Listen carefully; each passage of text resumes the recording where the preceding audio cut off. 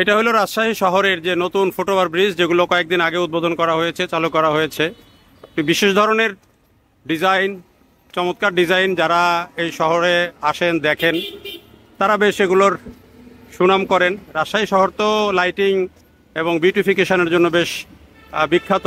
আর নতুন এই foot over bridge সেখানে যুক্ত হয়ে সেটিকে কিন্তু আরও আকর্ষণীয় করেছে।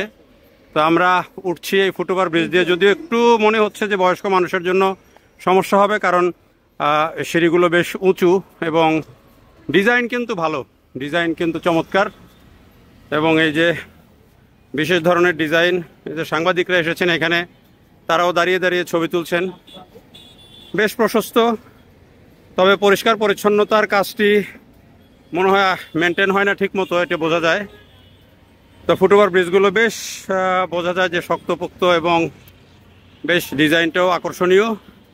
এই যে দেখেন ডিজাইন, দুই দিকে এরকম ডিজাইন আছে, ভালো লাগে দেখতে। আর এই যে এটি হচ্ছে সিঁড়ি, নামার ওঠানামার সিঁড়ি। একটু উঁচু সিঁড়িগুলো, একটু বেশি উঁচু, যেটা হচ্ছে বয়স্ক মানুষের জন্য একটু ওঠার ক্ষেত্রে একটু সমস্যা হওয়ার কথা। আর এমনিতে মোটের উপরে কিন্তু ডিজাইনটা অনেক সুন্দর। এটি হলো কিছুদিন আগে এই ফুটওভার ব্রিজগুলো চালু হয়েছে। আর পাশাপাশি যে লাইটিং রাজশাহীর যেটির জন্য বিখ্যাত, সেই লাইটিংটাও একটু আপনাদেরকে দেখাই।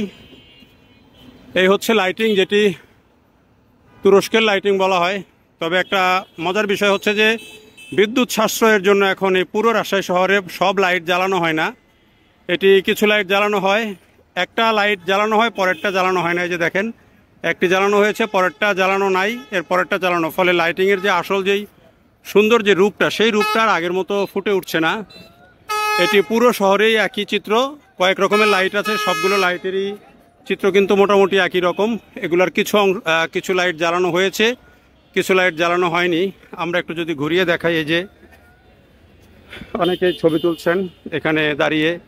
উল্টা দিকে যদি দেখাই, এই যে দেখেন শুরুর লাইটটা কিন্তু জ্বলছে না, শুরুর লাইটটা জ্বলছে না, পরের লাইটটা জ্বলছে।